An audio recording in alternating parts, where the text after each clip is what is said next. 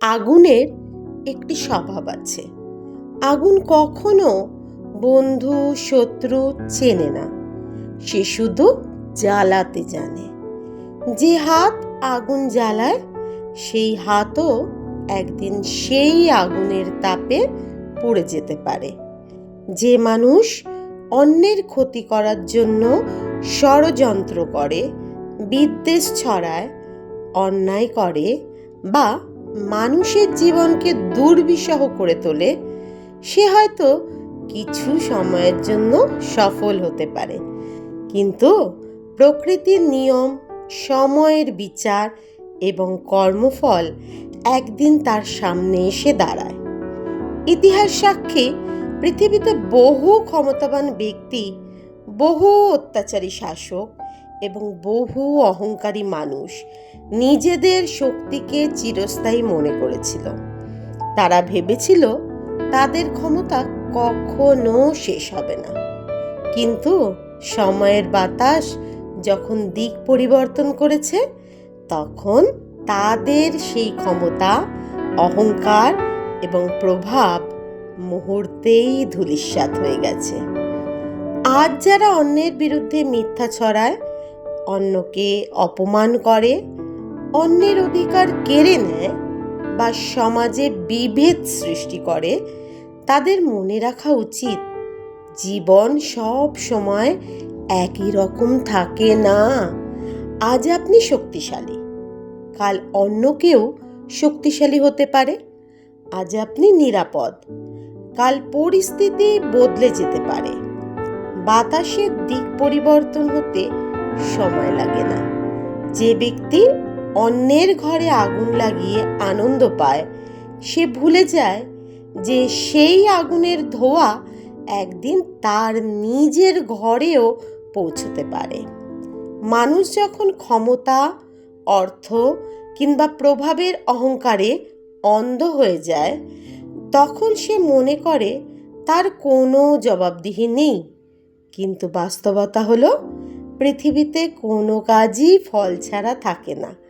প্রতিটি অন্যায়ের একটি প্রতিক্রিয়া আছে, প্রতিটি বিদ্বেষের একটি মূল্য আছে, প্রতিটি অত্যাচারের একটি পরিণতি আছে।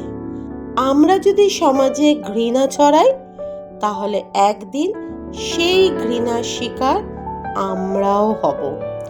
আমরা যদি অন্যের জন্য কাঁটা বিছিয়ে রাখি, তাহলে একদিন সেই কাঁটার উপর আমাদেরও হাঁটতে হতে পারে। তাই আজকের এই বক্তব্যের মূল শিক্ষা হলো, অন্যকে ধ্বংস করার আগে নিজের ভবিষ্যতের কথাও ভাবুন, কারণ আগুনের খেলা কখনো স্থায়ী বিজয় এনে দেয় না।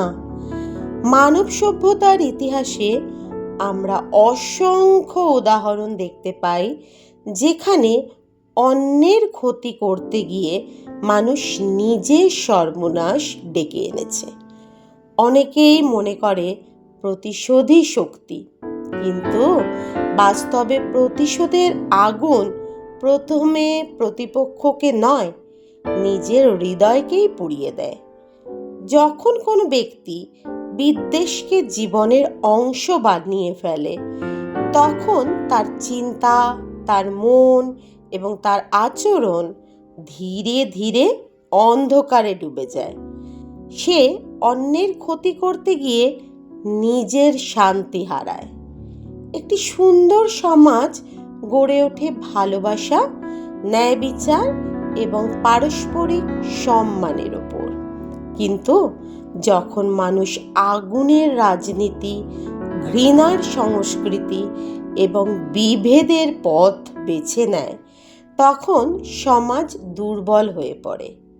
আজ পৃথিবীর বহু সংঘাতের মূল কারণ হলো মানুষের এই ভুল ধারণা যে অন্যকে ধ্বংস করলে নিজের উন্নতি হবে।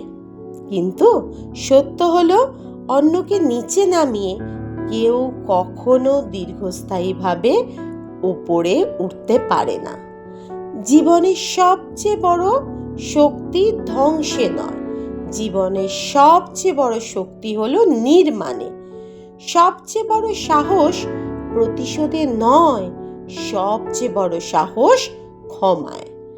সবচেয়ে বড় বিজয় অন্যকে হারানো নয়, সবচেয়ে বড় বিজয় নিজের অহংকারকে জয় করা। যারা অন্যের ক্ষতি করার জন্য ষড়যন্ত্র করে তাদের মনে রাখা উচিত, মানুষের বিচারের থেকে হয়তো সাময়িকভাবে বাঁচা যায়, কিন্তু সময়ের বিচার থেকে কখনো বাঁচা যায় না।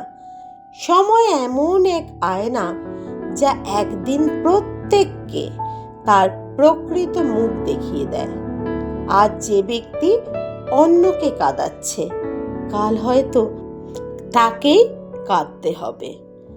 আজ যে ব্যক্তি অন্যের অধিকার কেড়ে নিচ্ছে, কাল হয়তো তার নিজের অধিকার হুমকির মুখে পড়বে। আজ যে ব্যক্তি অন্যের সম্মান নষ্ট করছে, কাল হয়তো তার নিজের সম্মানও প্রশ্নবিদ্ধ হবে। এই কারণেই জ্ঞানীরা সব সময় বলেছেন, যে গর্ত অন্যের জন্য খোঁড়ে, অনেক সময় সে নিজেই সেই গর্তে পড়ে যায়।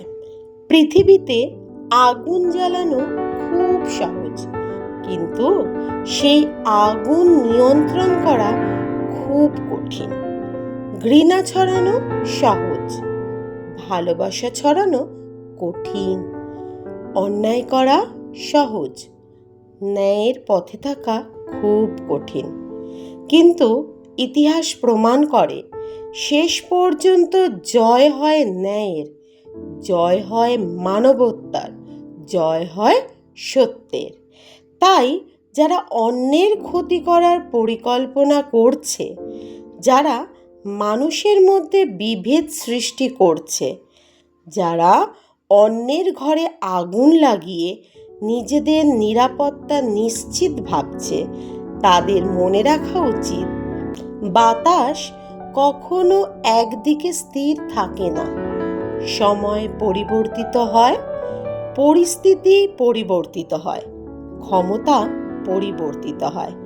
আর যখন বাতাসের দিক পরিবর্তন হয়, তখন সেই আগুনই ফিরে এসে আগুন জ্বালানো মানুষটিকেও ছাইয়ে পরিণত করতে পারে।